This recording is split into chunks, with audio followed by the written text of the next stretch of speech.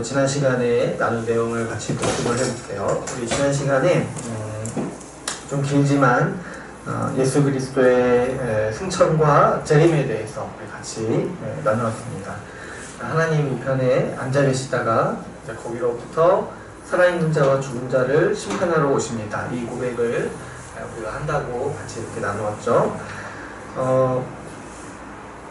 우리가 이제 예수님의 이제 제가 줄여서 말씀을 드렸는데, 예수님의 죽으신 다음에 주님의 승천과 그리고 그분이 왕자에 앉으신 거, 하나님 우편에 앉으신 거를 제위라고 한다고 했어요. 그러니까 왕자에 앉으신다. 그래서 다스리시고 통치하신다라는 거예요. 그러니까 우편에 앉아 계신다라는 말 자체가 그 보좌에 앉으셨다 이 말인 거죠. 그래서 통치 행위를 가리키는 이제 성경적 언어인 거죠. 그리고 거기서 이제 다스리시다가 앞으로는 어떻게 하실 거냐니까 다시 오시는데, 다시 오시는 목적이 뭐예요? 심판하러 다시 오신다는 거죠. 그래서 우리가 예수님께서 승천하셨고 또 재위하셨고 또 재림하셔서 심판주로 오신다는 사실에 대해서 우리가 같이 나눴습니다. 그래서 우리가 예수님이 지금 뭐 하고 계시냐, 예수님은 지금 어떤 분이시냐 이해할 때 우리는 예수님이 왕이 되시는 분, 우리의 왕이 되시는 분이라고 첫 번째로 이해해야 된다라고 우리가 같이 나눴어요. 오늘날에는 주님에 대해서, 하나님에 대해서 이런 하나님이 다스리신다 이런 개념을 별로 안 좋아한다고 했죠. 오늘날에 좋아하는 어떤 신관, 하나님의 어떤 이미지는 어떤 거냐면은 내 안에 계셔서 나와 함께 하시는 분, 그래서 나를 도와주시고 내 안에서 힘이 돼주시는 분, 이런 이제 신관을 굉장히 선호하고 좋아한다고 했어요. 그런데 그것도 맞아요. 우리 하나님은 우리 안에서 우리를 도와주시는 분, 우리와 함께 하시는 분이세요. 그런데 우리가 빠짐없이, 그리고 하나님에 대해서 첫 번째로 고백해야 될 사실 하나는 뭐냐면은, 하나님은 우리를 초월해 계시는 분이라는 거예요. 우리 밖에서, 우리 위에서 우리를 다스리는 분이라는 거죠. 그래서 이 두 가지 어떤 이 극단이 균형을 맞춰야 돼요. 너무 이렇게 한쪽으로 치우치고 그럼 하나님이 우리 안에만 계시냐 이렇게 얘기할 수가 없는 거죠.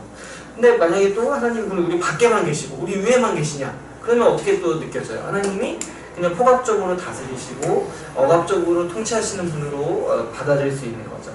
그러나 그렇지 않고 하나님은 우리 안에도 계시고 우리를 초월하셔서 우리를 다스리시는 분이라고 우리가 이해할 필요가 있죠. 특별히 이제 예수님에 대해서는, 예수님이 지금 지위가 어떤 분이시냐니까 만물을 지금 통치하고 계시는 분이라고 했어요. 이런 이해가 왜 중요하냐니까,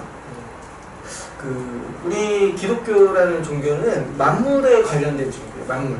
어떤 한 분야에만 국한된 신앙이나 사상이 아니라 온 세계의 만물, 세상 모든 것에 관여되어 있는 신앙이라는 거죠. 그 고백이 어디서부터 출발하냐면은, 하나님이 천지를 만드셨고 그리고 또 지금도 다스리고 계신다라는 그 믿음에서 우리가 출발하는 거예요. 그래서 우리에게 있어서 신앙이라는 거는 사실 우리 삶의 전반적인 태도라고 할 수 있어요. 여러분, 어떤 분들은 이제 신앙이라는 거는 교회 안에서만 있어야 된다고 생각을 해요. 그리고 그래서 이제 어떤 직장 생활에서나 어떤 다른 여타 생활에서는 자기 신앙이 드러나면 안 된다고 생각해요. 그것이 현대사회에서는 이제 에티켓이고 하나의 어떤 불분율로 여기고 있는 거죠. 그러나 다른 모든 종교는 그렇게 할 수 있어도 기독교만큼은 그렇게 할 수 없어요. 왜 그러냐니까, 우리가 믿는 분이 어떤 분이시냐니까 만물을 다스리는 분이에요. 그래서 우리가 신앙을 갖게 된다는 거는 하나의 눈을 갖게 되는 거예요. 어떤 눈이냐니까 그 세상을 보는 눈을 갖게 되는 거예요.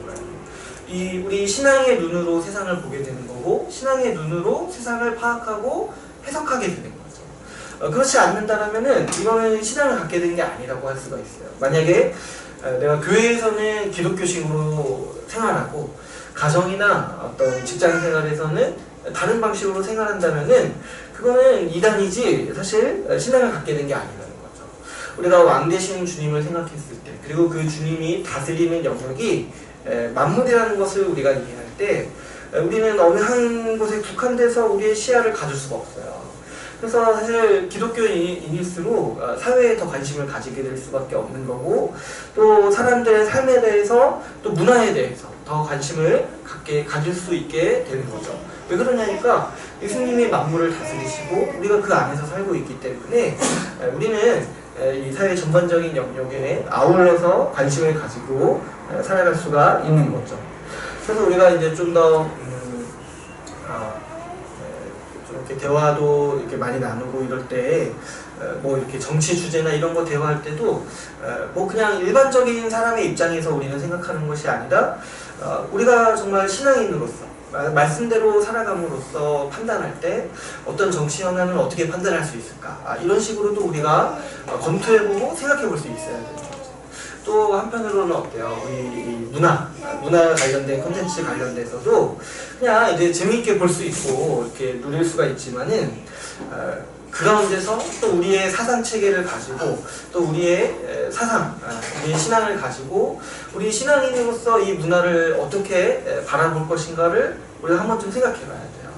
왜 그러냐니까 이 문제는 사실 약한 문제가 아니고 특별히 우리 자라나는 아이들에게 있어서는 굉장히 영향을 많이 미치는 게 이 대중문화예요.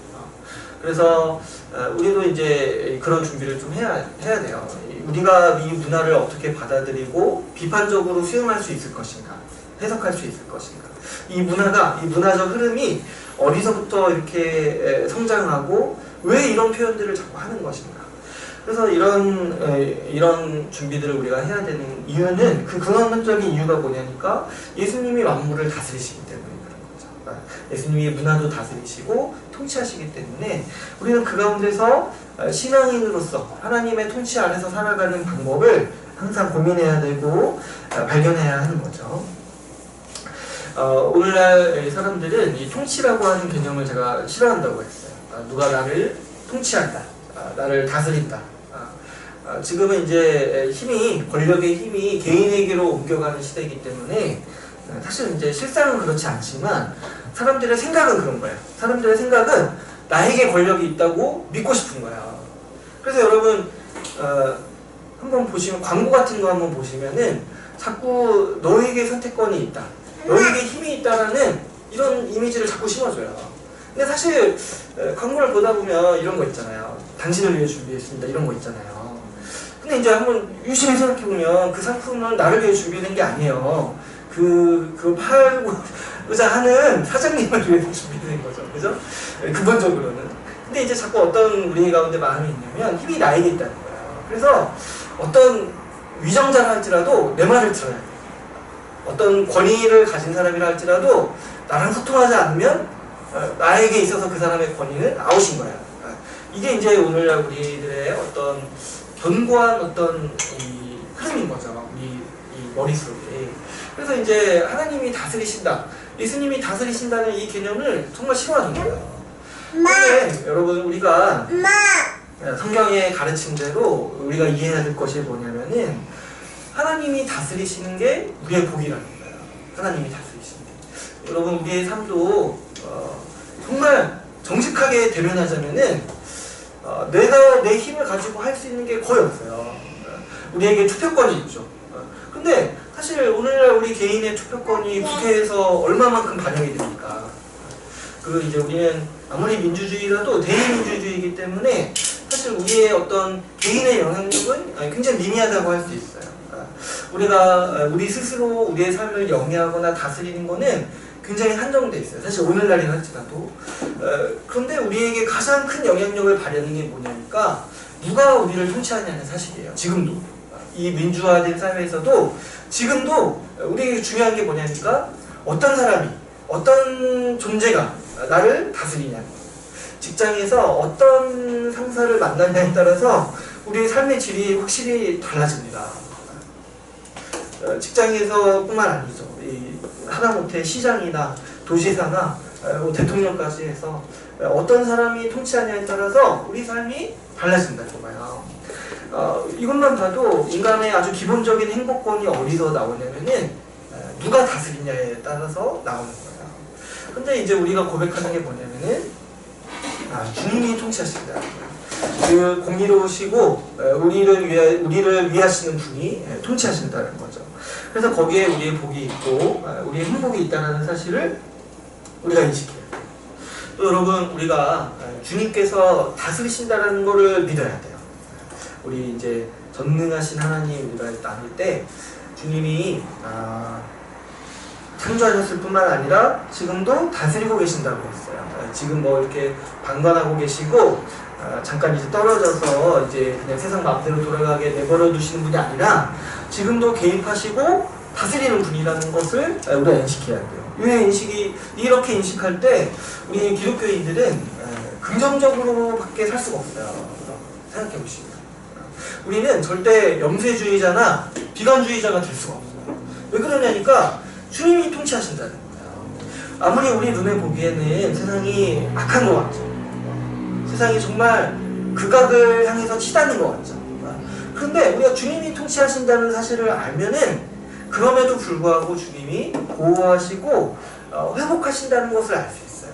여러분, 우리가 막판에 무슨 일이 벌어질 줄 알잖아요. 주님이 오셔서 이미 십자가에서 회복하셨고 주님이 오셔서 회복하시고 완전히 완성하실 거예요. 그걸 아는 사람이 이게 썩었어. 세상을 정말 멸망받아 마땅해. 심판받아 마땅해. 뭐 이렇게 말하는 측면도 물론 있지만 염세적일 수가 없다는 거죠. 그래서 우리는 항상 주님의 일하신 가운데 이 세상이 보존되고 통치 아래서 그 복된 통치 아래서 유지될 것을 우리가 기억할 수가 있는 거죠. 사실 우리가 맨날 이렇게 뭐 말세다 하지만 사실 이제 고대랑 또 이렇게 비교해 보면 그래도 많이 좋아졌어요.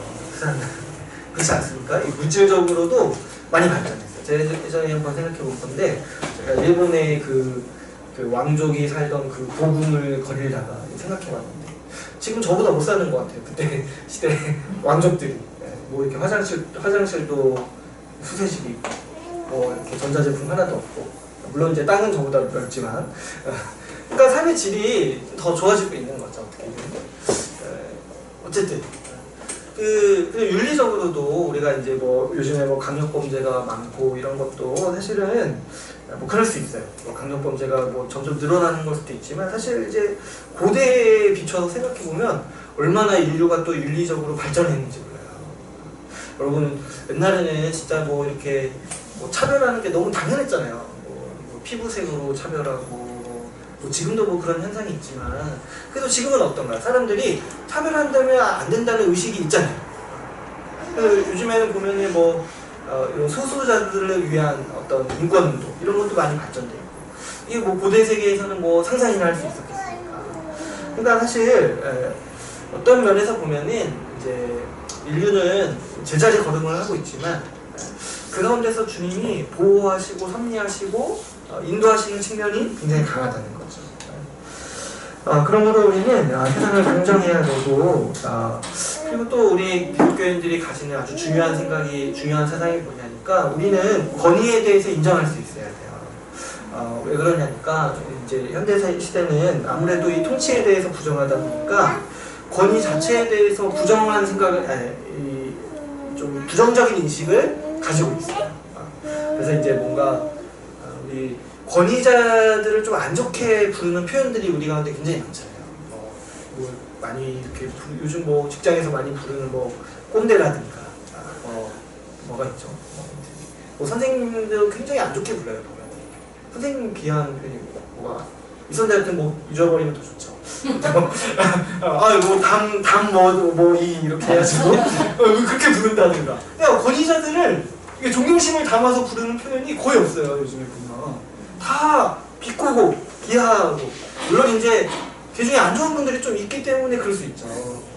그리고 뭐 하여튼 뭐 공권력을 향해서도 뭐 비하하고 이런 게 많잖아요. 근데 이제 우리는 아무리 이제 근데 그런 측면이 있어요. 물론 이제 우리 이제 나쁜 권위들이 물론 있어요. 나쁜 부모가 있고 나쁜 이제 뭐 선생님이 있었고 그런 뭐 나쁜 유정자들이 있어요. 근데 그럼에도 불구하고 우리가 좀 이해해야 되는 게 뭐냐면은 하나님이 통치하시기 때문에 이 세상에 질서가 있고 그래서 참된 권위가 있다는 거예요. 하나님이 세우신 권위는 원래 선한 거예요. 그런데 이제 그거를 사용하는 인간이 악한 거예요. 우리 십계명에도 보면은요, 이 부모의 권위를 세우신 분은요 하나님이세요. 그런데 이제 부모 중에 선한 부모가 있는가 하면은 그 하나님의 권위를 무시하는 악한 부모가 있기 때문에 또 부모에 대해서 안 좋은 말들이 나오고 그렇게 하는 거죠. 그런데 이제 우리는 기본적으로 하나님의 통치를 인정하고 하나님의 권위를 인정하기 때문에 세상의 권위도 인정하고 존경할 자를 마땅히 존경하라고 말씀하신 그 로마서 말씀처럼 위정자들을 향해 기본적으로 존경심을 있어요. 그러니까 그 권위에 대해서. 근데 이제 그 사람을 존경하는 게 아니라 그 권위를 주신 분이 근원이신 분이 하나님이라는 걸 알기 때문에 기본적으로 그 사람의 권위를 존중할 수 있어요. 그래서 이제 뭐 권위자를 향해서 함부로 뭐 욕하거나 말을 함부로 비판하거나 이런 것들은 이제 우리가 좀 삼가할 필요가 있고 모든 권위와 질서에 대해서 우리가 이제 존중할 필요가 있는 거죠. 그래서 이게 이제 저도 사실 이 시대를 살아가는 한 명의 사람으로서 이 권위를 인정하는 게 저한테는 이제 사실 굉장히 힘든 문제였어요. 어디 가서 이제 분명히 좀 이상한데 그 사람의 권위를 인정해줍니다. 이런 게 이제 좀 힘들죠. 그래서 막 이제 막 저항하고 싶고 막 이제 안 보이는 곳에서 이제 막 좀 약간 개기고 싶고 계기가 표현이 이상한데 좀 그런 마음들이 저한테도 굉장히 강한 거예요. 저도 이제 젊은 세대다 보니까. 근데 이제 어느 날 이제 좀 이 주님이 세우신 질서를 생각해 보니까 아무리 제가 오라도 어떤 경우에서 있어서는 그 권위를 존중하는 게 더 선인 경우도 있는 거죠. 물론 이제 케이스마다 이제 지혜가 필요한 경우가 있지만 그럼 우리가 반드시 기억해야 되는 거는 권위 자체는 선한 거예요. 하나님께서 권위를 왜 세우셨냐면은 우리를 위해서 세우신 거예요. 만약에 여러분 자신에게 부모의 권위가 없어봐요. 그럼 어떻게 자녀가 제대로 성장하겠습니까? 자녀가 어렸을 때부터 부모 너 따위게 나한테 뭘 가르쳐 내가 아무 말을 이해할게 이러면은 도대체 어떻게 이 갓난아기가 이 사람답게 살아갈 수가 있겠습니까? 부모의 권위가 있는 거예요. 그 하나님이 세우신 권위가 있는 거죠. 마찬가지로 제가 칼의 권세라고 했어요. 이 재판장을 향한 권세가 있는 거고 위정자를 세우신 하나님의 권세가 있는 거죠. 뿐만 아니라 이제 제가 지난번에 이 교회의 권위까지 말씀을 드렸어요. 이 교회의 말씀의 권위를 주셨고 이 직분자의 권위를 주셨어요. 그래서 우리가 이런 권위들을 존중할 필요가 있고 이 하나님으로부터 왔음을 기억해야 할 필요가 있는 거죠. 우리 다음으로 예수님이 심판주가 되신다 했어요. 근데 여러분 우리가 심판에 대해서 많이 오해하는 것 중에 하나가 뭐냐니까 사람들은 이제 이렇게 교회 안 다니시는 분들은 심판을 받는다고 하면은 뭐 때문에 하나님이 심판하신다고 생각하냐면은 예수님을 안 믿어서 심판을 받는다고 생각해요. 그 유명한 얘기 있잖아요. 그 예수천당 불신지옥. 그래서 마치 근데 이게 말이 약간 맞는 말 같은데도 좀 어폐가 있는 게 이런 거예요. 여러분 지옥 가는 게 예수님을 안 믿어서 지옥 가는 게 맞을까요? 아닐까요? 네? 어떤 사람이 예수님을 안 믿어서 지옥 가는 게 맞는 말이에요? 틀린 말이에요? 그쵸? 맞는 말인데 근데 근본적인 원인은 안 믿어서 지옥 가는 게 아니라 죄 때문에 지옥 가는 거예요. 그죠? 우리는 이제 다 그걸 전제에 두고 얘기하니까 결국에는 안 믿어서 지옥 가는 측면이 있는 거죠.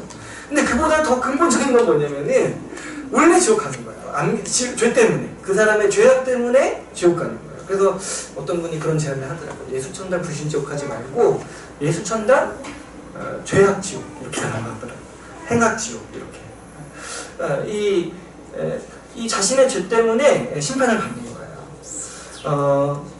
제가 지난 시간에 말씀드렸다시피 심판은 우리 인간의 삶에 있어서 반드시 필요한 개념이에요. 모든 사람은 공의의 심판을 부르짖고 있다고 했어요.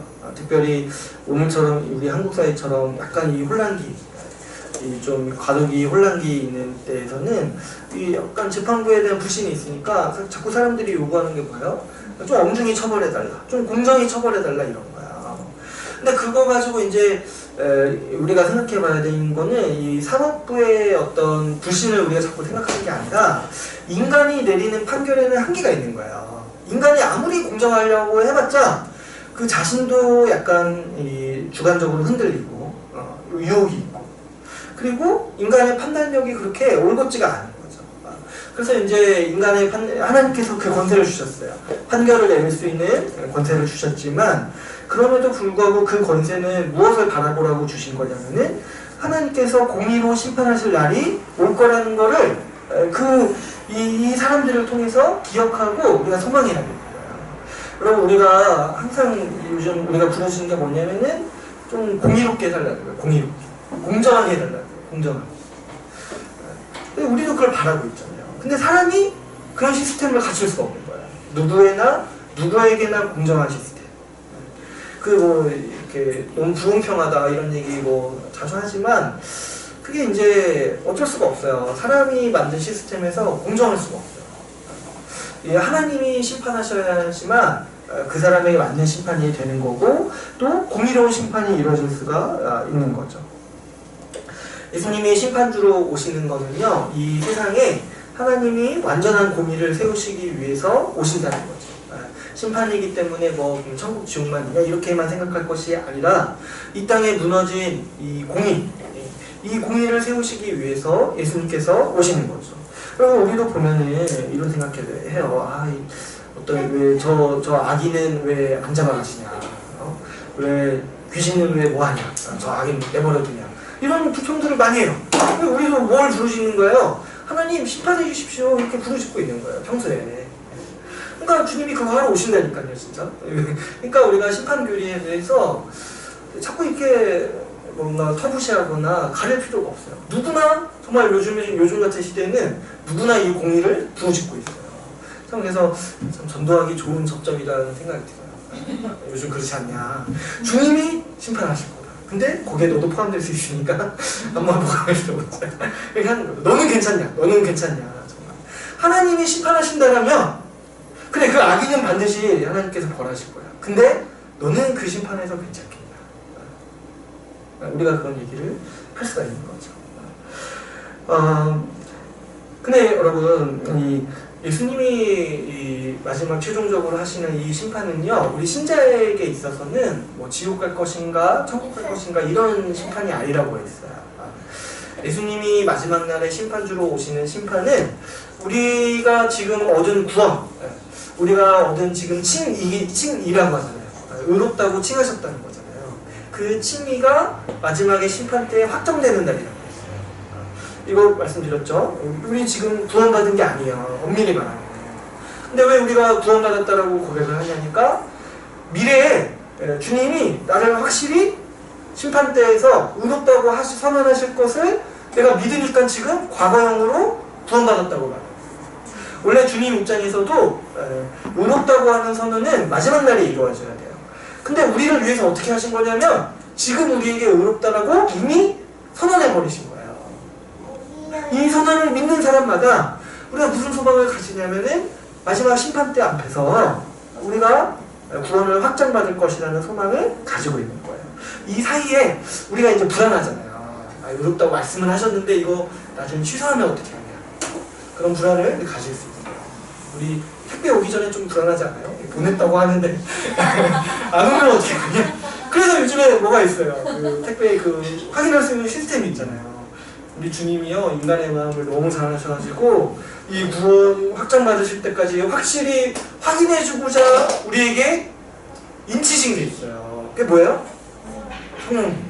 오늘 우리 성령을 믿습니다. 이 고백처럼 우리 구원의 확실한 보증금으로 무엇을 주셨냐면은 성령님을 주신 거예요. 성령님. 자연스럽게 한번 넘어가 볼까요? 그래서 우리 오늘 우리가 나눌 고백은 이 사도신경의 성령을 믿습니다. 성령을 믿습니다. 이 성령님의 우리 이 사도신경에서 이제 성령님을 이렇게 고백하죠. 사실 이제 저도 좀 더 공부를 하고 시간이 더 지나면 이 성령님에 대해서 또 많이 나누고 싶어요. 많이 나누고 싶고 제가 방금 성령님을 보증금으로 주셨다고 했잖아요. 보증금.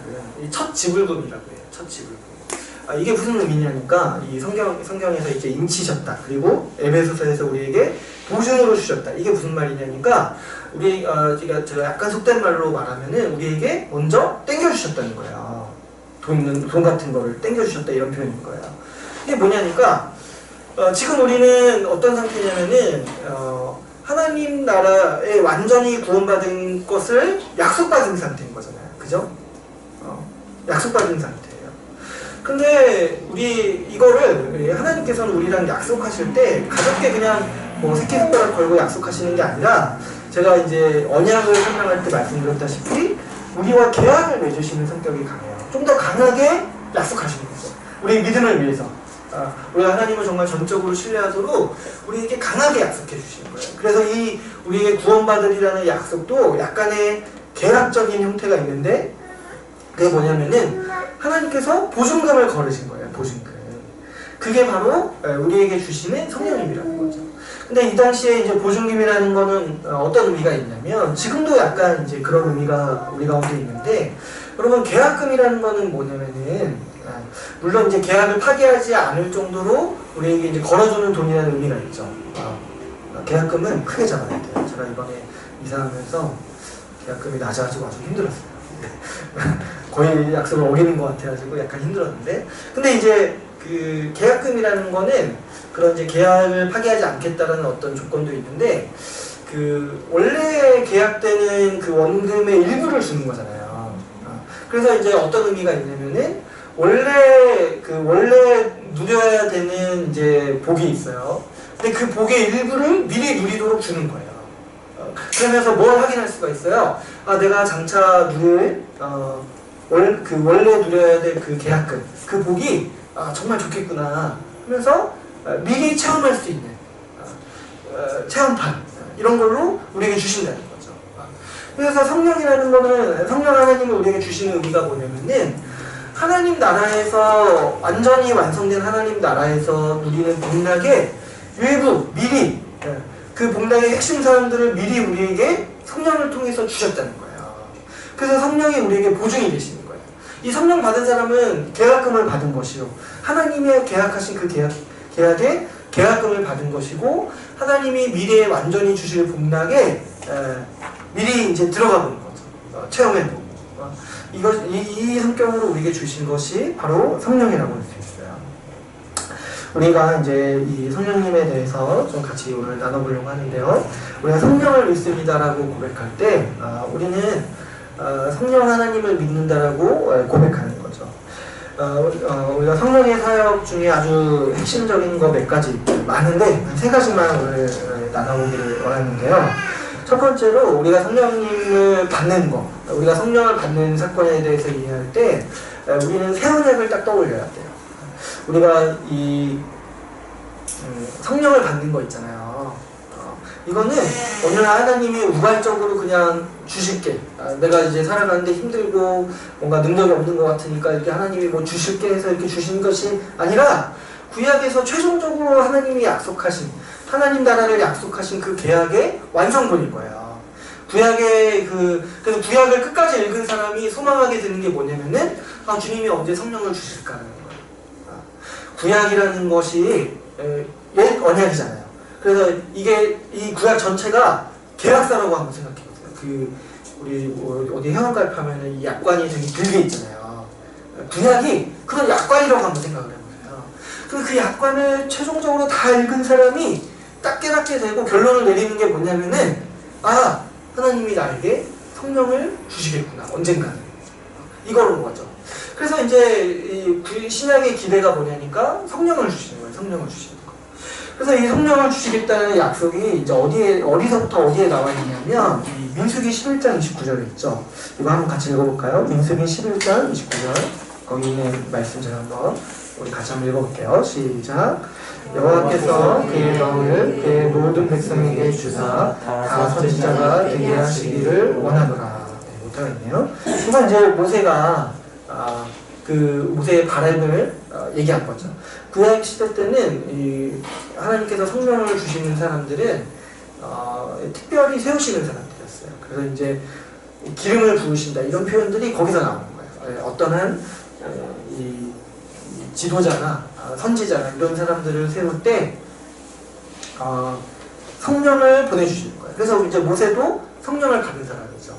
근데 이제 모세가 이제 자기 혼자 이렇게 직분을 받으니까 이제 너무 힘든 거예요. 그래가지고 이제 주님한테 이렇게 강도했어요. 뭐라고 강도했냐면 주님한테 강도했나? 잘 기억이 안 나는데, 좀 같이 사역할 사람들을 더 주시기를 이제 강구하는 거죠. 그때 이제 어떤 일이 일어나냐면 하나님의 성령이 진중에 임하셔가지고 너무 많은 사람들이 예언을 하고 하나님의 일을 하는 거예요. 그때 이제 여호수아가 이제 모세한테 와서 이거 말려야 되지 않냐, 이제 모세한테 얘기를 하는 거예요. 근데 이제 모세가 꿈꾸었던 세상이 어떤 세상이냐니까 나는 모든 사람이 다 성령 받기로 하는 거예요. 모든 사람이 다 성령 받아서 하나님의 일을 말하고 하나님의 사역을 하는 시대를 원한다는 거예요.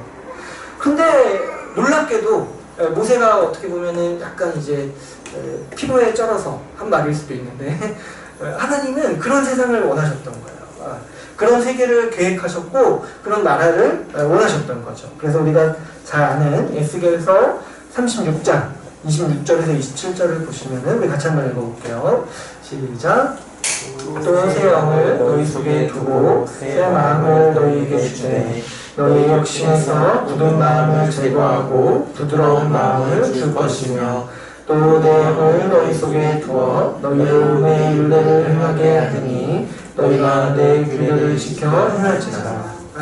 하나님께서 원하시고 하나님께서 세우시는 그분의 나라의 모습이 어떤 거냐면은 그분의 모든 백성이 성령을 받는 거예요. 그래서 그 마음부터가 새로워지고 우리 지난 시간에 나눴던 것처럼 그 악한 우물 같은 썩은 우물 같은 그 마음부터가 새로워지고 그 마음에서 우러나와서 하나님을 따르고 하나님을 섬기는 그런 세상을 원하셨다는 거죠. 그래서 여러분 우리 이제 사도행전에 보면은 이 성령이 하나님께서 보내주시는 그 성령께서 임하셔서 어떤 일이 일어나냐면은 교회가 탄생하는 거예요. 근데 그 교회를 묘사하는 모습들을 보면은 구약에서 천국을 묘사하는 언어들을 쓴다고 했어요. 가난한 자가 없었다. 이런 표현들이 이제 성령을 통해서 하나님이 세우시는 그 나라의 모습인 거죠. 그래서 여러분 교회는 새 언약의 영으로서 성령을 받은 사람들이 모인 거고 하나님은 교회에게 성령을 주신 거죠. 근데 이 사이에 우리가 한 가지 기억해야 되는 거는 이 성령이 하나님께서 주시겠다고 약속하셨는데 누구를 통해서 주시냐니까 예수님을 통해서 주신다는 거예요. 그래서 우리가 성령을 가리켜서 뭐라고 부르냐면은 그리스도의 영이라고 불러요. 우리 성령께서는 이제 여러분이 말씀을 한번 기억해 보시면은 주님이 잉태하실 때, 주님이 태어나실 때 어떤 표현이 있어요? 성경에서 성령으로 잉태하셨다는 표현을 쓰죠. 그런데 이제 사실 때도 이 땅에서 사실 때도 어떻게 얘기하시냐니까 성령의 인도하신 대로 사시는 거예요. 시험 받으실 때도 성령의 인도하심 안에서 시험을 받으셨고 그래서 성령의 인도하심 안에서 사시다가 죽고 부활하실 때도 어떻게 부활했다고 표현하냐면 성경에서 성령으로 영으로 부활하셨다라고 표현하는 거예요. 그래서 예수님의 모든 생애를 인도하시고 함께 하신 거죠. 그런데 그뿐만 아니라 요한복음 16장 13절 14절에서 뭐라고 말하냐면 우리가 이제 반드시 기억해야 되는데요. 예수님이 성령이 오시면 어떤 일을 하시는지에 대해서 우리에게 얘기해 주셨어요. 뭐라고 하시냐면은 진리의 성령이 오시면 그가 너희를 모든 진리 가운데로 인도하시리니. 그래서 이제 성령은 진리의 영이신 거죠. 근데 여기서 말하는 그 진리가 뭐냐니까 그가 스스로 말하지 않는다는 거예요. 오직 들은 것을 말하며 장래를 너희에게 알리시는데 그게 뭐냐? 그가 너의 영광을 나타내니 내 것을 가지고 예수님의 것을 가지고 너희에게 알리셨습니다. 그러면 이렇게 말씀하실 때 그럼 여기서 말하는 진리랑 성령께서 자기 것이 아니라 누구의 것을 주신다는 거예요. 바로 예수님의 것을 주신다는 거예요. 예수님의 말씀을 듣고 깨닫게 하시고 예수님을 생각하게 하시고 예수님에 대해서 이해하게 하시는 사역이 바로 성령의 사역이라는 거예요. 오늘날 이렇게 성령 운동하시는 분들은 또 오늘날 이 현대인들은요 보시면 성령을 굉장히 좋아해요. 현대인들의 어떤 정서와 사고방식은 성령을 굉장히 좋아해요. 왜 그럴까요? 하나님이나 예수님 생각하면 약간 떨어져 계신 분 같은데 성령을 생각하면 어때요? 약간 내 안에 계신 것 같고 내 기분을 누구보다 잘 아시는 분 같고 내 안에서 어떻게 나에게 정말 잠재적인 파워를 주실 수 있는 분 같거든요. 그리고 성령님은 마치 이래라 저래라 하시는 것 같지가 않은 거예요. 뭔가 자유로운 것 같은 거예요. 영이니까. 육체가 아니고 영이니까 성령을 얘기할 때마다 이렇게 막 자유를 느끼는 거예요, 사람들이. 그래서 뭐 찬양도 있잖아요. 주의 영이 계신 곳에 자유가. 근데 거기서 말하는 자유가 사실 그 자유는 아닌데, 아무튼 영과 자유를 너무 이렇게 좋아하는 거예요. 그래서 이제 종교가 없는 사람도 이런 표현들은 좋아해요. 영적인 생활 이런 표현들을 좋아해요. 왜냐면은 영이라고 하면은 사람들이 거기서 이제 자유를 느끼는 거예요. 약간 육체를 벗어나서 자유할 수 있겠구나 이런 생각들을 하는 거죠. 근데 이런 성령론은 굉장히 왜곡된 성령론이라고 할 수 있어요. 성령은 오셔서 우리에게 우리 것을 우리 속마음을 느껴 주시고, 뭐 우리에게 파워를 주시는 게 아니라 뭘 주시냐니까 예수님을 주신다는 거예요. 예수님의 말씀과 예수님의 능력과 예수님의 가르침, 그리고 예수님을 생각나게 하시고 예수님을 깨닫게 하시는 일이 성령의 사역이라는 거예요. 그래서 예수님이 실제적으로 뭐라고 성령에 대해서 얘기하셨냐면은, 성령은 그 스스로 말하지 않는다는 거예요. 마치 예수님도 복음서에서 보시면 여러분 어떤 얘기를 하셨냐면은, 내가 말 한마디도 하나님이 주시는 말씀만 한다고 했어요. 예수님도. 근데 성령님은 또 어떻게 하세요? 어떤 인도와 말씀도 예수님의 것으로만 하신다고 해요. 예수님의 것이요. 그렇다면은 사실 성령 사역이라는 말 자체는 좀 이상한 거예요. 모든 사역은 다 예수 사역인 거예요. 예수님이 선포되는 그곳을 성령께서 기뻐하시고 예수님을 가르치도록 인도하시는 사역이 바로 성령의 사역인 거예요. 예수님이 드러나고 예수님이 선포되도록 하시는 것이 바로 성령 사역인 거예요. 막 이렇게 막 우리가 뭐 뭔가의 힘에 의해서 넘어지고 막 이렇게 뭔가, 제가 지금 뭔가 흔들렸는데 뭐 이렇게 이상한 말하고 뭐 지금 뭐 예언하고 이런 게 성령 사역인 게 아니라, 물론 일부분일 수 있어요. 그런데 그게 본질이 아니라 성령께서 정말 하고 싶은 게 뭐냐니까 우리에게 예수님을 보여주고 싶어요. 예수 그리스도를 항상 우리 삶 가운데서 깊이 생각나게 하신다. 그게 바로 성령의 사역인 거죠. 그러므로 여러분, 우리가 예수 그리스도를 얘기하고 예수 그리스도를 기억할 때가 성령 충만할 거예요. 성령 충만. 여러분들이 뭐 이렇게 복음을 가르치고 누군가 뭐 복음을 전할 때, 예수님을 전할 때 있잖아요. 그때 성령이 100% 함께 하시는 거예요. 100%. 뭐 내가 기도 열심히 해서 성령이 하시는 것도 있지만, 근데 예수님이 선포되는 자리라면은 성령은 100% 함께 하시는 거예요. 이걸 믿어야 돼요, 여러분. 뭐 내가 기도 좀 못해서 좀 아니겠다, 좀 자신감이 없다, 이런 게 아니라 그 선포되는 메시지에 성령이 높이시는 거예요. 성령께서. 우리가 예수를 붙들고 살 때 성령은 100%로 우리에게 충만하신 거예요. 성령 충만은 곧 예수 충만이요. 예수 충만은 우리 그분의 말씀으로 충만해지는 거고, 그분을 믿음으로 우리가 가득하는 거예요. 그래서 뭐 주님이 우리에게 뭐 100%를 안 주시고 뭐 50% 주시고 이런 게 없어요. 주님은 항상 우리에게 100%를 주시는 거예요. 근데 우리가 자꾸 그거를 수납할 때 자꾸 주님 아니에요, 제가 10%만 가지고 살게요, 이러고 사는 거죠. 주님은 다 주셨는데 우리가 자꾸 전 조금만 충만하겠습니다 해놓고 자꾸 어디 가서 주님 성령 충만하게 해주십시오 이렇게 자꾸 구하는 거죠. 그게 아니라 성령은 항상 우리에게 예수 그리스도를 비춰주시고 예수 그리스도로 충만하게 하시는 분이시죠. 뿐만 아니라 그래서 이 성령의 사역을 이해할 때, 성령의 사역은 이렇게 이해할 수 있어요. 여러분, 하나님께서는 이건 이제 다음 시간에도 할 거니까 한번 잘 들어보세요. 하나님께서는 이 구원 경륜을 계획하시고 총 지휘하시고 명령하셨어요. 그리고 예수님은 이 구원 경륜의 그 계획을 모두 순종하시고 성취하셨어요. 그러면 한 가지가 우리에게 더 필요해요. 뭐냐니까 2000년 전에 예수님이 이루신 일이 오늘날 우리에게 적용이 돼야 돼요. 잘 생각해보시면 여러분, 2000년 전에 예수님이 죽으셨는데 오늘 우리의 죄가 용서되는 거는 이론상 말이 안 되는 거예요. 그죠? 2000년 전이랑 지금이 어떻게 연결이 돼요? 그 연결고리를 하시는 분이 뭐냐니까 성령님이신 거예요.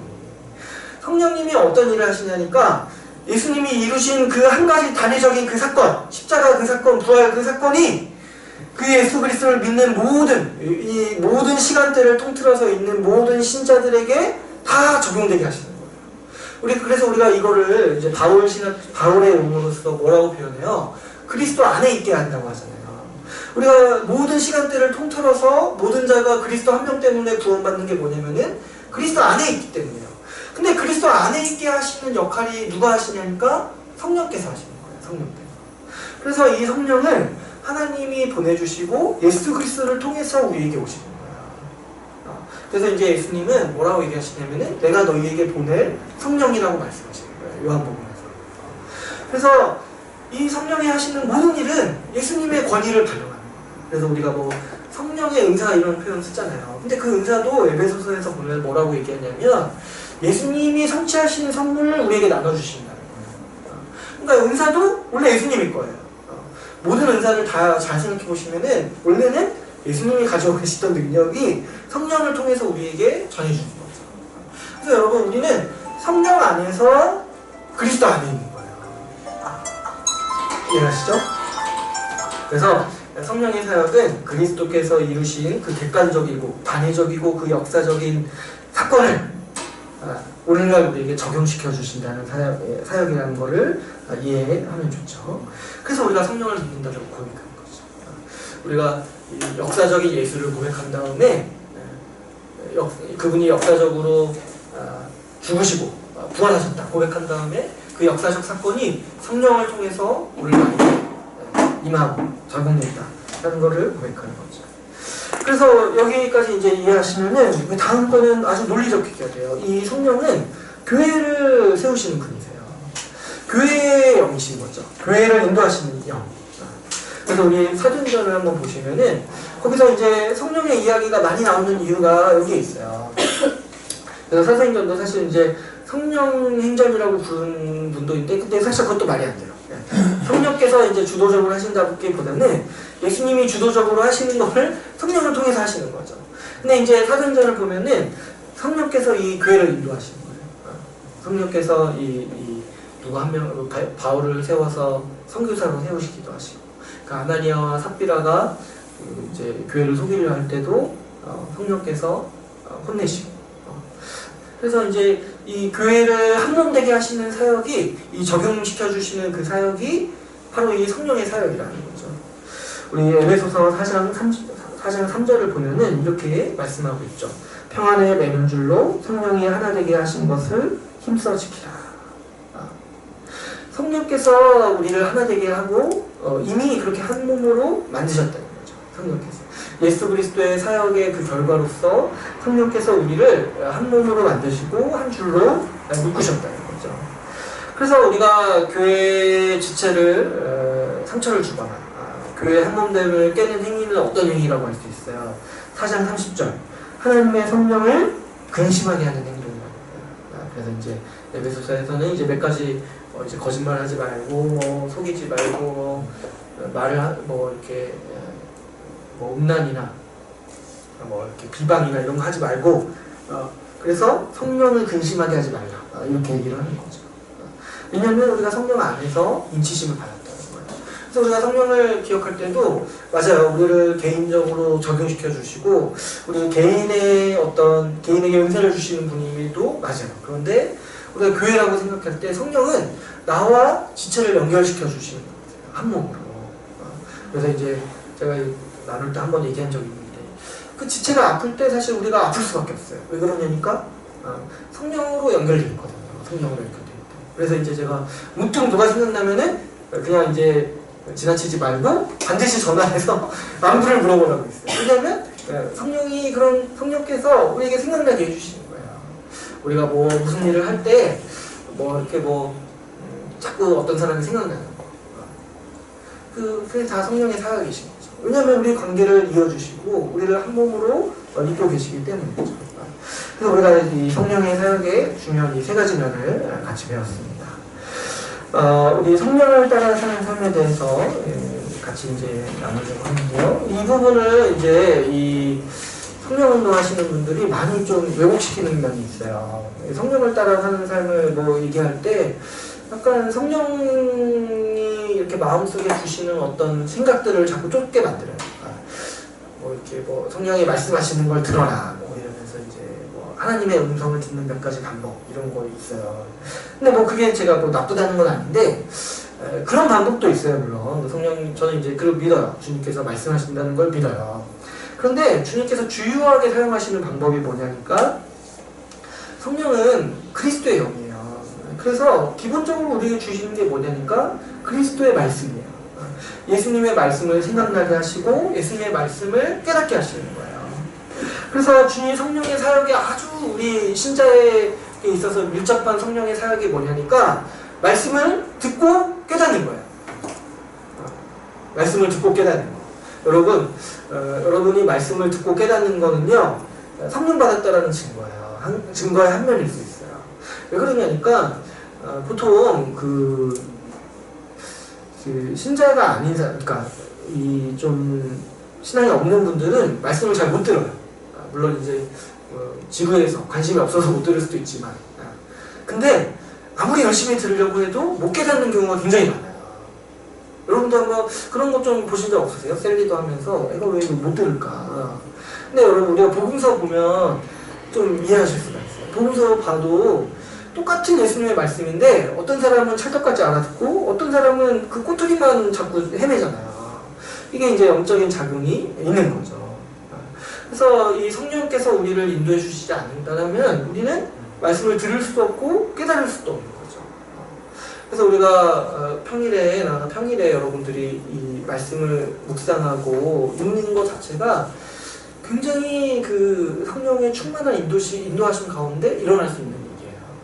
우리가 왜 일상을 분주하게 살다가 갑자기 말씀 보려면 왜 그렇게 거부감이 있고 힘드냐면은 원래부터 그게 성령의 인도하심 안에서 이루어졌기 때문에 내 힘과 능력으로는 잘 안 되는 거예요. 내 스스로 막 보려고 하면. 그래서 이제 사실 이 성령의 아주 충만한 인도하심 가운데 우리가 말씀을 볼 수 있는 거고 그 마음 상태를 가질 수가 있는 거죠. 또 성령께서 우리를 인도하시는 아주 중요한 방법 중에 하나는 이 교회의 권면이에요. 교회의 권면. 특별히 주님이 세우신 이 직분자의 권면이나 그리고 이제 교회의 지체의 권면. 성령께서는 사실 그 사람의 말을 통해서 가장 많이 역사하시죠. 근데 이제 뭐 그렇다고 뭐 모든 직분자의 말이 다 성령의 인도냐 그런 게 아니라 그 말씀의 근거에서 우리에게 주시는 권면들 있잖아요.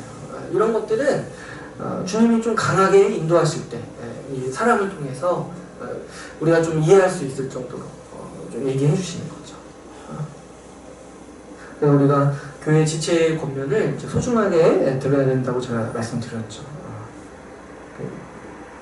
그리고 또 성령께서 우리에게 하시는 사역 중에 우리를 인도하시는 사역 중에 하나가 뭐냐니까 우리에게 이 지혜의 말씀들을 주시는 거예요. 뭐냐면은 이 조명의 사역인 거죠. 조명의 사역이라고 부르는데 조명하신다고 합니다. 어떤 분들은 자꾸 이런 걸 가지고 계시하신다고 하는데 이런 표현을 쓰는데 그런 표현을 쓰면 안 된다고 했어요. 계시는 어쩔 때 쓰는 거라고 했어요. 하나님이 우리에게 가르쳐 주실 때. 그래서 성경 말씀이 계시라고 할 때 계시라는 그 권위를 성경 말씀에 돌리는 거지. 내가 어느 날 문득 마음에 떠올리는 생각이 있는데 그거를 이제 계시받았다고 하면은 그거는 사실 하나님을 욕되게 하는 거와 거의 비슷한 거예요.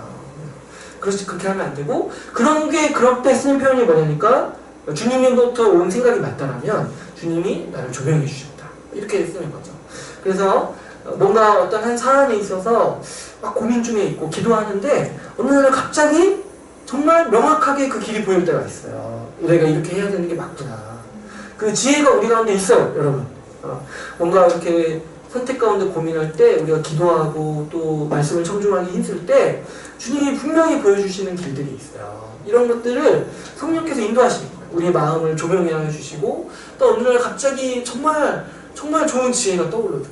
이 사람 내가 스스로는 잘 모르겠는데 진짜 딱 그런 경험을 하면은 이게 외부에서 왔다는 걸 딱 알 정도로 지혜를 주님이 주시는 거죠. 어떤 상황에서 내가 어떻게 처신해야 되는지. 그래서 성령께서 어떤 한 말씀을 떠올리게 하시면서 또 내지는 정말 지혜롭게 정말 신앙적으로 대처할 수 있는 말씀에 합당하게 대처할 수 있는 그 길을 보여주심으로써 인도해 주시는 거. 이런 것들을 이제 조명하신다. 그래서 우리가 또 말씀을 듣고 깨달을 때도 주님이 정말 조명해 주셨구나. 빛을 비춰주시는 거죠. 빛을 비춰주시는 거. 그래서 여기 성령님께서 우리를 정말 지혜롭게 인도하시는 거예요. 그래서 여러분 우리가 이제 사실 인생의 이런 복잡한 국면에서는 뭔가 좀 헷갈릴 때가 있어. 내가 이렇게 사는 게 맞는 건지 저런 선택을 하는 게 맞는 건지 헷갈릴 때가 있어요. 근데 그때 성령에 사는 사람은 어떻게 이제 좀 이해를 해야 되냐면 일단 이걸 명심해야 돼요. 주님은 우리에게 자유를 주셨어요. 주의 영이 계신 곳에 자유가 있어요. 왜냐니까 죄가 아니라면 뭘 선택해도 하나님 입장에서 상관이 없다는 거예요. 우리를 하나님께서 막 너는 이거 해야 돼. 너는 내가 복중에서부터 선교자로 내가 찍었어. 너는 이거 안 가면 벌 받을 거야. 이런 게 아니라는 거야. 이런 게 아니고 죄가 아니라면은 다 믿음으로 한다면 상관이 없어요. 그래서 우리가 어떤 A가 있고 B가 있을 때, 뭐 예를 들어서 뭐 요즘 뭐 수능이 있으니까 내가 뭐 A 대학 가는 게 주님께서 더 복 주시는 길이고 B 대학 가면은 주님이 좀 싫어하시는데 이런 거 없다는 거예요. 주님은 우리에게 자유를 주셨어요. 하고 싶은 대로 해. 죄가 아니라면. 근데 우리가 좀 더 좋은 선택을 하고 싶잖아요. 그럴 때 이 성령의 사람들에게는 뭐가 있냐면은 내적인 평안이 있어요. 성령을 가진 사람이, 성령을 받은 사람에게는 이 인간의 양심이 아주 이 양심의 기능이 올바로 세워지죠. 그래서 이제 뭔가 내가 선택을 할 때 굉장히 꺼림칙할 때가 있어요.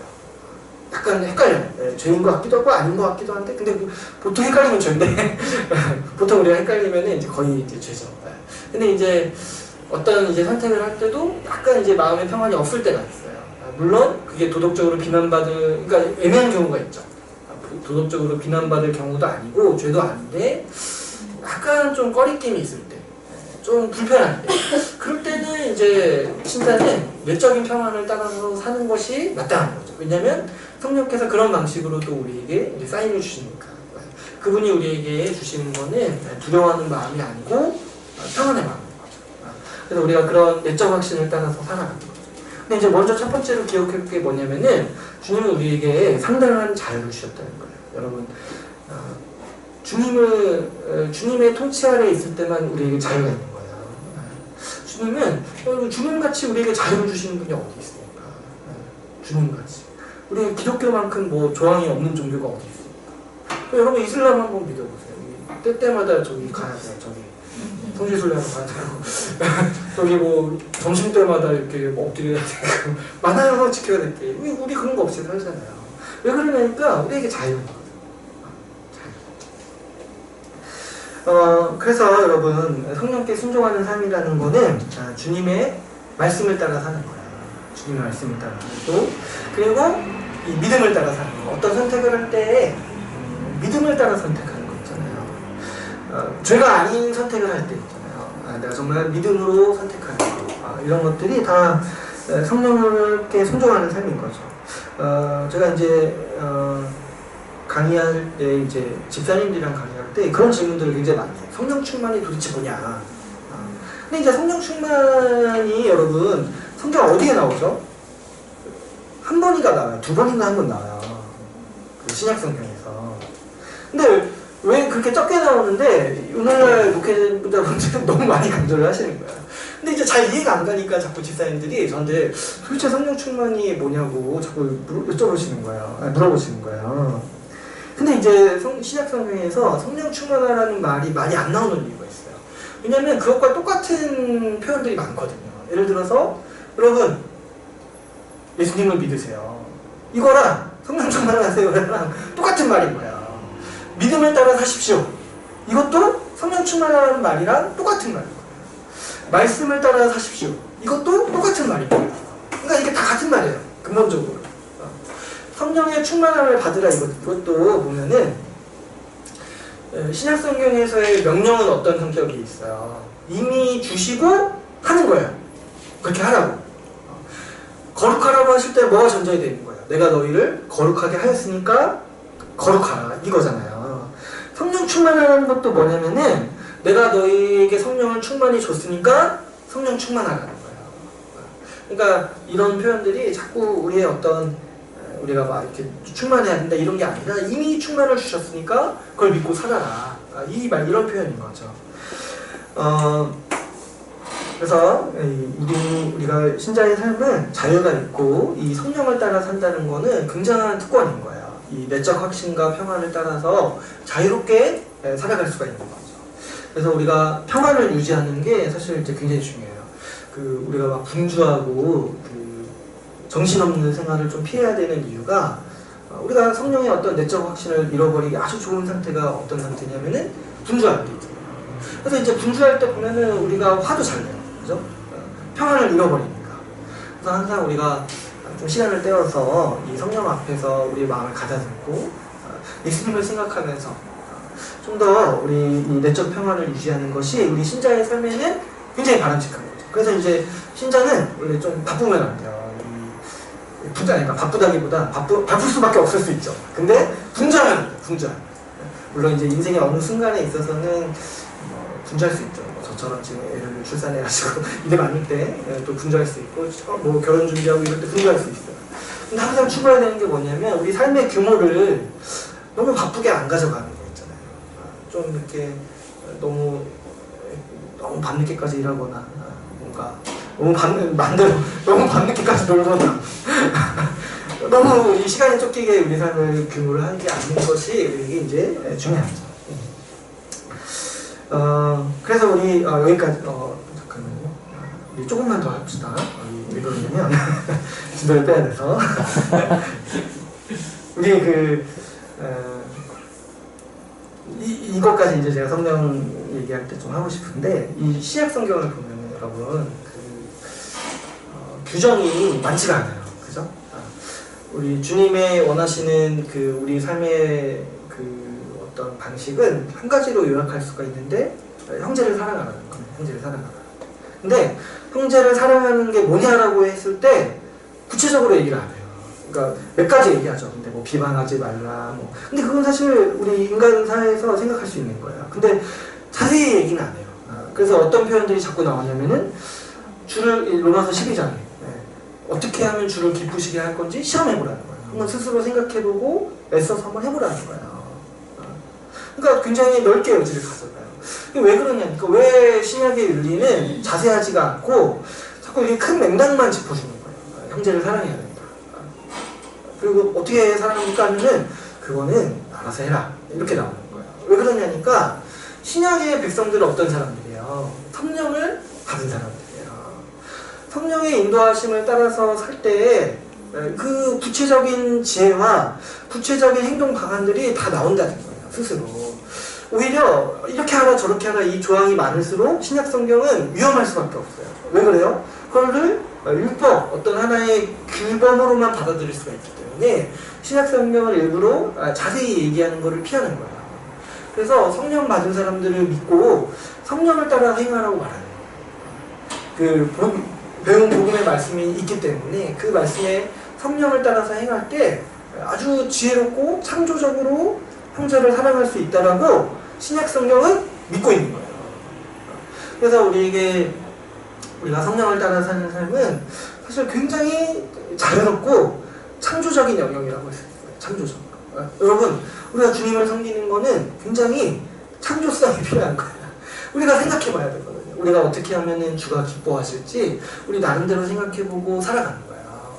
주님이 그걸 원하시고 우리가 뭐 이거 해라 저거 해라 주님이 이런 거 굳이 너 선교사 해라 너 뭐 해라 이런 거 굳이 주님이 안 하신다는 거죠. 제가 보면은 꼭 신학교에서 자기 목사라고 부르심 받았다고 하시는 분들이 꼭 복음을 안 전해요. 이상해 좀 이상해. 그냥 딴 거 하시지 그런 거. 아무튼 그런 거 있잖아요. 그래서 이제 내가 정말 주를 위해서 뭘 하고 싶다 있잖아요. 이런 거는 정말 귀한 생각인 거예요. 주님이 굳이 하라고 하지 않았는데도 내가 자발적으로 하는 거잖아요. 그러니까 사실 주님도 거기에 더 기쁨을 얻지 않겠어요? 내가 하라고 해서 하는 것보다 내가 아무 말도 안 했는데 정말 그렇게 하고 싶다는 게 얼마나 좋겠어요. 그렇지 않겠어요? 내가 하라고 하는 것보다 내가 정말 스스로 생각해서 하는 게 얼마나 주님에게 기쁨이 되고 또 우리가 주님을 사랑하는 거죠. 어느 누가 제가 뭐 하기 싫은데 막 주님이 목사를 되고 억지로 이렇게 목사를 되고 그게 뭡니까? 내가 하기 싫은데 억지로 주님을 섬기는 이게 뭡니까? 그것만큼 주님을 욕되게 하는 게 어디 있습니까? 주님은 우리에게 자유를 주셨습니다. 주님이 원하시는 거는 우리가 기뻐하는 거, 우리가 행복한 거. 그리고 그래서 그 가운데 자유롭게 살아가는 거. 그래서 우리가 성령을 생각할 때 주님은 정말 우리에게 좋으신 분이라는 것을 알 수가 있죠. 오늘 제가 이제 오늘부터 해서 이제 다음 시간까지 같이 나누고 싶은 게 뭐냐니까 삼위일체 교리에 대해서 같이 나누고 싶어요. 그래서 오늘은 이제 약간 이제 삼위일체 교리를 다음 주에 들어가기 직전에 좀 이 교리에 대해서 약간 이제 조금만 맛배기만 좀 한번 같이 나누고 싶은데요. 저는 이제 사도신경 처음에 이렇게 시작할 때 좀 의도했던 것 중에 하나는 뭐냐면은 우리가 이 복음의 기초나 다른 어떤 곳에서 이제 많이 못 들었던, 좀 많이 못 다뤘던 교리들을 좀 다루고자 이렇게 시작을 했는데 그 중에 하나가 이제 성육신 교리였고 오늘 이제 다룰 삼위일체 교리도 우리가 사실 이제 많이 못 배우죠. 근데 저도 이건 삼위일체 교리만큼은 많이 못 배울 수밖에 없다는 걸 좀 이해하는 게 가르치는 사람도 좀 쉽지가 않아요. 근데 아무튼 제가 그래도 본분을 다해서 좀 해보자면 이 삼위일체 교리는요 굉장히 우리 기독교 신앙에 있어서 굉장히 중요한 교리입니다. 근데 굉장히 중요한 교리인데 잘 이해를 안 해요. 왜 그러냐니까 좀 어렵다고 생각을 하는 거죠. 삼위일체는 기독교 신앙의 최고로 독특한 면이에요. 세상의 모든 종교와 차별되는 교리가 있다면 기독교 신앙이에요. 이 삼위일체 교리예요. 벌써부터 제가 약간 두려워해서 말이 좀 헷갈리기 시작하는데 여러분 삼위일체의 이 교리는요 도저히 인간의 상상에서 나올 수 있는 생각이 아니에요. 왜 그러냐니까 인간의 이성으로 설명을 못하거든요. 그런데도 우리가 믿고 고백하는 거예요. 얼마나 무모하니까, 그죠? 근데 우리가 이 삼위일체 교리를 자꾸 이렇게 어렵다 이렇게 생각하면 안 되고 이게 얼마나 우리 기독교 사상이 충만하고 정말 위대하게 만들어주는 교리인가를 우리가 좀 여길 수 있어야 돼요. 여러분 모든 기독교 신학 그리고 신앙의 체계는 이 삼위일체 교리를 따라서 이루어지게 돼 있어요. 오늘 우리가 나눈 이 사도신경도 한번 생각해 보시면은 삼위일체 교리를 따라서 서술되어 있는 거야. 하나님에 대해 먼저 고백하고 예수 그리스도에 대한 사역을 고백하고 그 다음에 그 성령의 사역을 고백하는 거야. 근데 뭐 누구는 이제 뭐 성령을 믿습니다 너무 짧으니까 이거는 뭐 아니잖아요 이럴 수 있는데 그 뒤에 뭐라고 고백하냐면은 이제 교회를 믿는다고 고백해요. 그러니까 그것까지 이제 포함하는 거예요. 이 성령의 고백이 이 교회의 영이시기 때문에 성령을 통해서 교회가 이렇게 이루어집니다까지 고백하는 거예요. 그러니까 사도신경은 3등분 되어 있는 거예요. 3등분. 삼위 하나님을 우리가 고백하는 거죠. 삼위 하나님. 근데 여기서 이제 삼위일체라는 용어를 좀 우리가 좀 이해해야 되는데 삼위라는 게 어떤 표현인지를 이해해야 돼요. 위. 삼은 이해하시죠? 삼. 삼은 쉽죠? 근데 그 다음에 위가 뭐냐니까 이 위격이라는 거 불러요. 위격. 여기서부터 이제 좀 잘 들으셔야 돼요. 위격이라는 게 뭐냐니까 이 헬라어로 이제 페르소나라는 걸 번역해 온 건데 이거는 이제 몰라요. 이건 지워요. 근데 위격이라는 게 뭐냐니까 하나님을 향해서 우리가 이제 구분하기 위해서 이제 부르는 건데 우리가 사람의 어떤 속성을 가리킬 때 뭐라고 해요? 인격이라고 하죠. 인격. 그와 마찬가지로 하나님을 부를 때 하나님의 속성, 하나님의 그 존재 자체를 부를 때 위격이라고 부르는 거예요. 그래서 이제 성경에는 없는 단어지만 우리가 이성적으로 생각하기 위해서 만들어낸 단어라고 할 수 있죠. 신학적으로. 그래서 이제 위격이라고 부르는 게 새 위격이 있다는 거예요. 하나님은. 새 위격.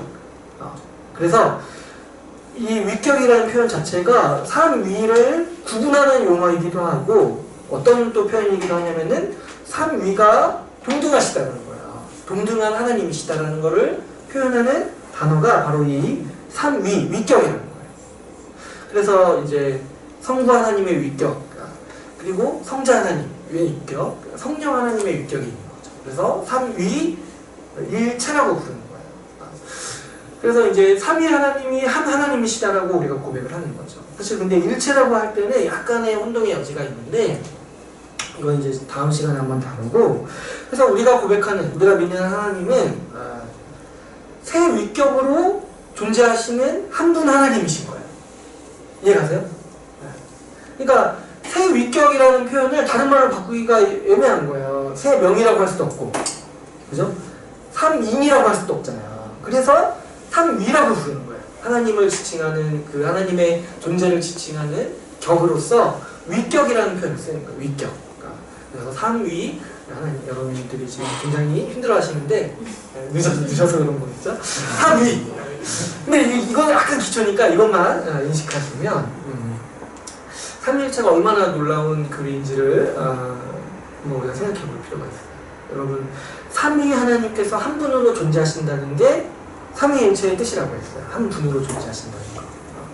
한 하나님이라는 거예요. 삼위이신 하나님이 한 하나님. 이거는 이성적으로는 설명할 수가 없어요. 근데 한 가지 우리가 좀 연대를 해야 될 게, 우리가 고백하는 하나님은 다른 어떤 신도 존재하지 않았던 존재 방식을 가지고 계시다는 거예요. 여러분, 인간의 모든 종교는요, 둘 중에 하나예요. 다신이던가 유일신이든가. 그죠?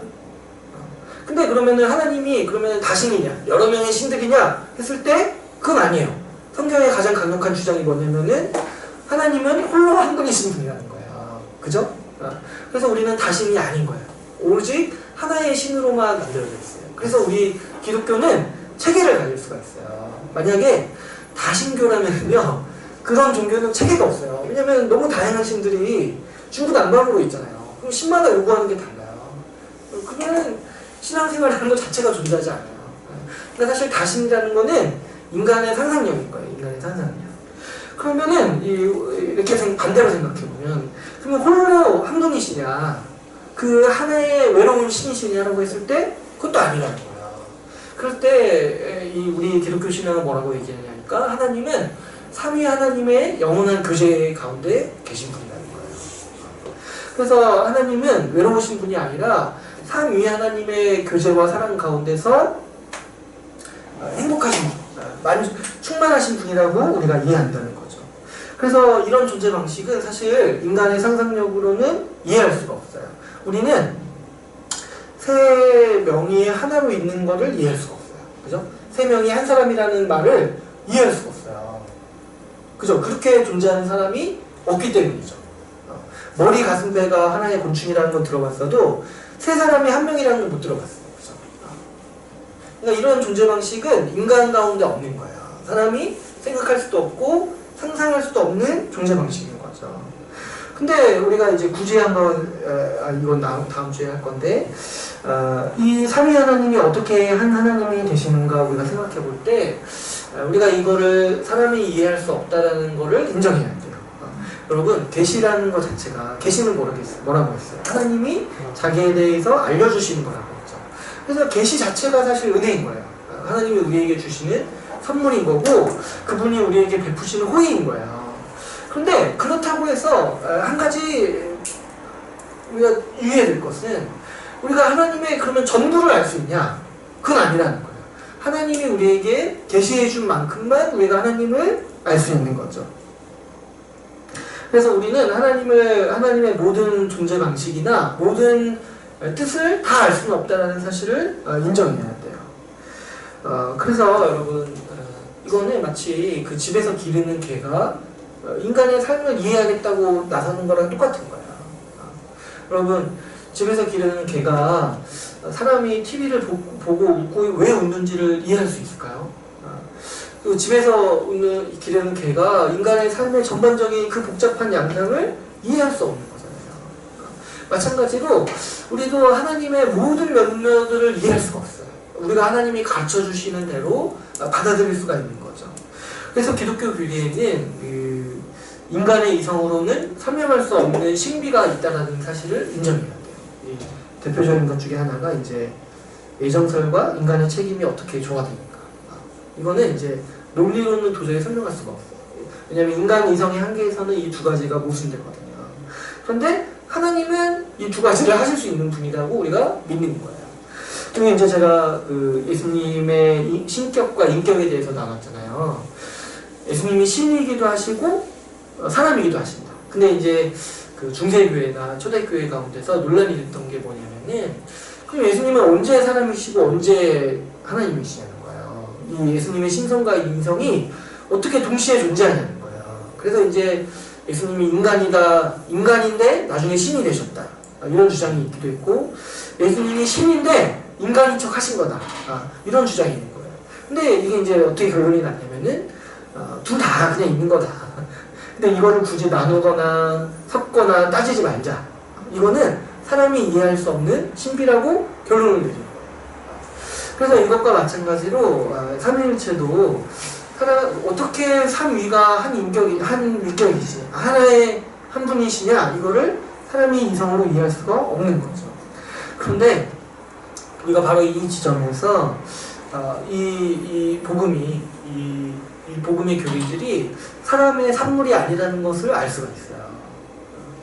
여러분, 사람이 만든 신은요, 사람의 이성으로 다 설명할 수 있는 신이에요. 왜 그가 그렇게 행동하는지. 왜 그러냐면 사람의 이성으로 다 파악되는 신은 어떤 신인 거예요? 사람의 생각과 상상으로 만들어낸 신인 거예요. 그런데 우리가 기본적으로 생각해 볼 때 사람을 만들어낸 신을 사람이 모두 이해할 수 없는 거죠. 마찬가지로 그래서 우리가 삼위일체를 이해할 수 없다는 것에서 우리가 그분의 존재 방식을 온전히 이해할 수 없다는 점에서 그분이 우리를 초월해 계신다는 것을 우리가 깨달을 수 있는 것이죠. 그리고 이 삼위 하나님으로 존재하신다는 것을 우리가 생각해 볼 때 이 하나님의 영광을 우리가 잘 살펴볼 수가 있어요. 여러분, 우리가 다음 시간에 좀 더 구체적으로 나누겠지만 요한일서에서 하나님을 사랑이라고 고백해요. 하나님을 불러서 하나님 자체가 사랑이라고 얘기를 해요. 근데 여러분 한번 생각을 해보시면 제가 사랑의 속성을 한번 지나가면서 얘기했는데 사랑은 절대 혼자서 할 수 있는 게 아니라고 했어요. 그렇죠? 짝사랑은 사랑이 아니라고 했어요. 그건 그냥 괴로움이에요. 괴로움. 근데 사랑은 뭐가 전제 조건이냐면은 최소한 두 인격이 있어야 돼요. 자발적으로 살아가는, 자발적으로 자유가 있는, 자기의 행동을 결정할 수 있는 두 인격이 있어야 돼요. 최소한.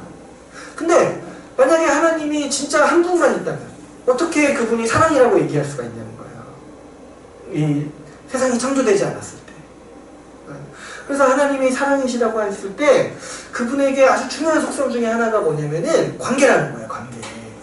이 삼위 하나님의 관계 속에서 서로 사랑하셨을 때 그게 하나님의 속성이라는 거예요. 하나님이 사랑이시라는 거는 그분이 관계를 만들어내시는 분이고 그 관계 안에서 사랑으로 존재하시는 분이라는 거예요. 그래서 우리가 삼위일체 하나님을 이해할 때 그분이 얼마나 행복하신 분이고 풍성하신 분인지 알 수 있다는 거예요. 그분의 필요에 의해서 인간을 만들어내거나 세상을 만들어내신 게 아니라는 거죠. 세상의 모든 신은요, 인간이 만들어낸 신은 신의 필요를 위해서 인간을 만들어내요. 그래서 이렇게 그리스 신화나 이런 바벨론 신화나 이런 거 보면은 신이 인간을 만들어내는 목적이 뭐냐니까 자기 대신 일하게 하기 위해서 만들어내요. 근데 삼위 하나님은 그러시는 분이 아니라 원래 삼위 하나님끼리 존재하실 때 행복하셨던 거예요. 그래서 그 행복을 나누어주고자 사람을 창조하셨다는 거죠.